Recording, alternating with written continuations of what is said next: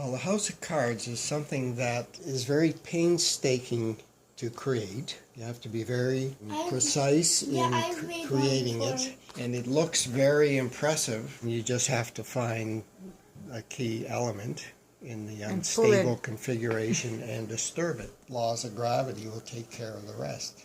Metaphorically speaking. Metaphorically. Look at this guy, metaphorically speaking. Yes, metaphorically speaking. This guy's brilliant. I only said 2 words. Okay, U.S. politics for the, what's he running for? What office? Conservative. No, what position in the country? That, is he running for the Senate? Is he running for Congress? Oh, he's running for president. Running for president, so he's Donald Trump in the U.S. He's running for president. The party, actually, it's a 2-party system in the U.S. Right? The liberals and the conservatives? No, the Democrats and the Republicans. Liberals and conservatives is Canadian version of that. The Americans have a different system. They have a presidential system, not a parliamentary system. Parliament. A member of parliament sounds better. Yes, I agree. It has more substance, and the fact is the Americans are much richer than the Canadians, and the Americans, Canada's just the tail on the dog. If Canada's the tail, it's like that wags the dog. We're the tail that wags the dog. As far as we're concerned, the dog is wagging all over the place. And as far as the dog is concerned, the tail is the part that's doing the wagging. Shush.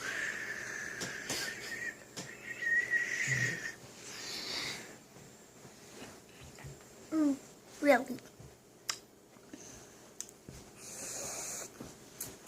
He lost his train of thought. Nope. Okay. If the train is shut to the station. Oh. Okay. So if Canada is the tail of the dog, it's an extremely fluffy dog, and the fluff makes it 5 times the size of what it would be if it didn't have any hair.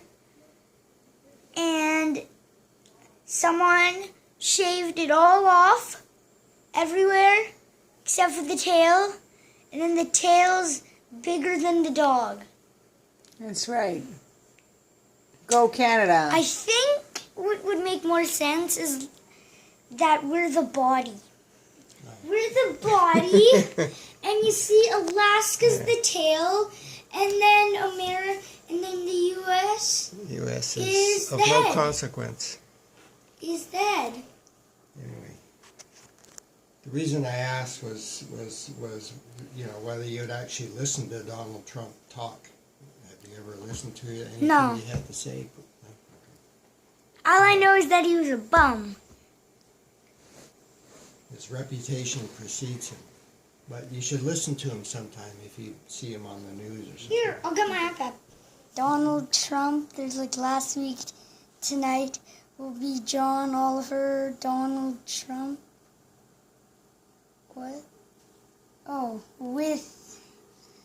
Well, that's better, because then what they do is they give you the commentary in between, and then they just give you the sound bites. I do understand why Trump supporters might like him. He's unpredictable and entertaining. Just look how he went after Marco Rubio on Friday. Did you ever see a guy sweat like this? It's Rubio!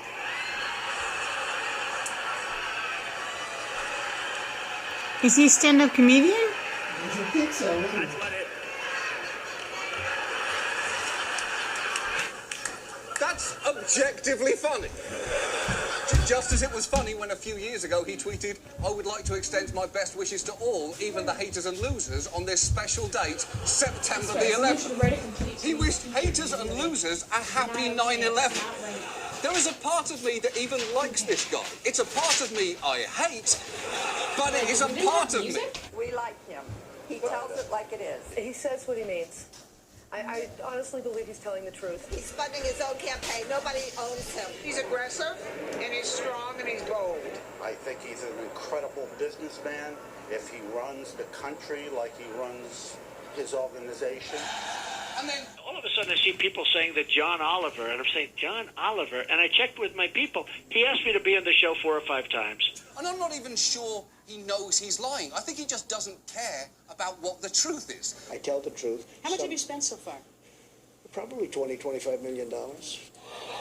And while it is true that he hasn't taken corporate money, the implication that he has personally spent $20 to $25 million is a bit of a stretch, because what he's actually done is loaned his own campaign $17.5 million. And if you don't think there's a significant difference between a gift and a loan, try giving your spouse an anniversary loan and see how that goes. He loves to threaten to sue people. He never sued Rosie O'Donnell. In fact, he's repeatedly threatened people with lawsuits and not followed through, including the rapper Mac Miller, Lawrence O'Donnell, Vanity Fair, and an activist who launched a petition for Macy's to drop Trump's products. I'll sue you is Trump's version of Bazinga. It doesn't really mean anything, but he says it all the time. I'm really rich. I actually think I have the best temperament. People love me. I've been very successful. Everybody loves me. I went to an Ivy League school. I'm very highly educated. I know words. I have the best words. Oh, please. I remember once my father and I were walking down Fifth Avenue, and there was a homeless person sitting right outside of Trump Tower. And I remember my father pointing to him and saying, you know, that guy has $8 billion more than me, because he was in such extreme debt at that point, you know? It seems that we have a very young audience. They want to see strength. They want to see security. They want to have a job when they get out of college. And one of the questions I get is the financing of college. You know, they're borrowed up to their neck. But the truth is, they want to see security for themselves, and they want jobs when they get out of college or wherever they're coming from, including high school, frankly. Everything you want, but we're also going to create jobs for this country. And one of the things I think I'll be best at, I'll be the greatest jobs-producing president that God ever created. I will. Thank you very much. Thank you, my job.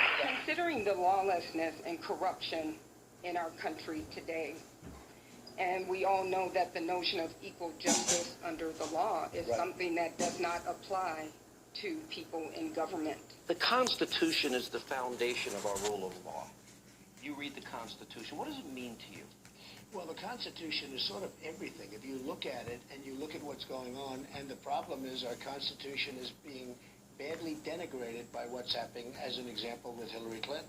It's so unfair to this country what they're doing with Hillary Clinton. That being said, she is being protected. She will probably be their nominee. I think One has to wonder if 60% of the people of this country think she's dishonest and not trustworthy. How do you get elected with that? Well, look, I think the government has to do something. I just don't see how they can get it. And I will say, if I'm the nominee, this will not be a subject that's going to die very easily. I'll be talking about why nothing is happening. You won't back down off issues. Like, for example, when she tried to go after you about, quote, being sexist, you went right back at her. I did.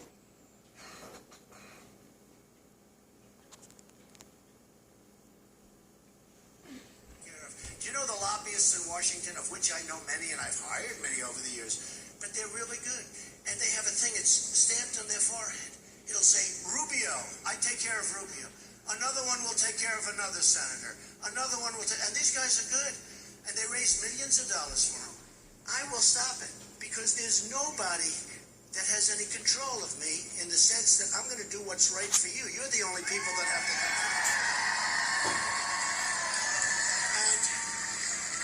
And I don't know that I get enough credit for it, to be honest, because I don't think I do. It's like I was so successful with The Apprentice show, and they wanted to renew it. They would have done anything to renew it, but I said, no, I'm sorry, I'm running for president. Nobody believed it. You know, nobody believed it. And the pundits didn't believe it. They all said, he's not going to run. He's not running. You know, there was such surety. These people are so stupid. Because they said maybe he's not as rich as people think. It turned out that I'm much richer than people think. And I'll be honest, if I didn't run, and there was a chance that I might not, but if I didn't run, I would have put him in anyway, because I want to brag about what a good job I did. I've done a great job. So true.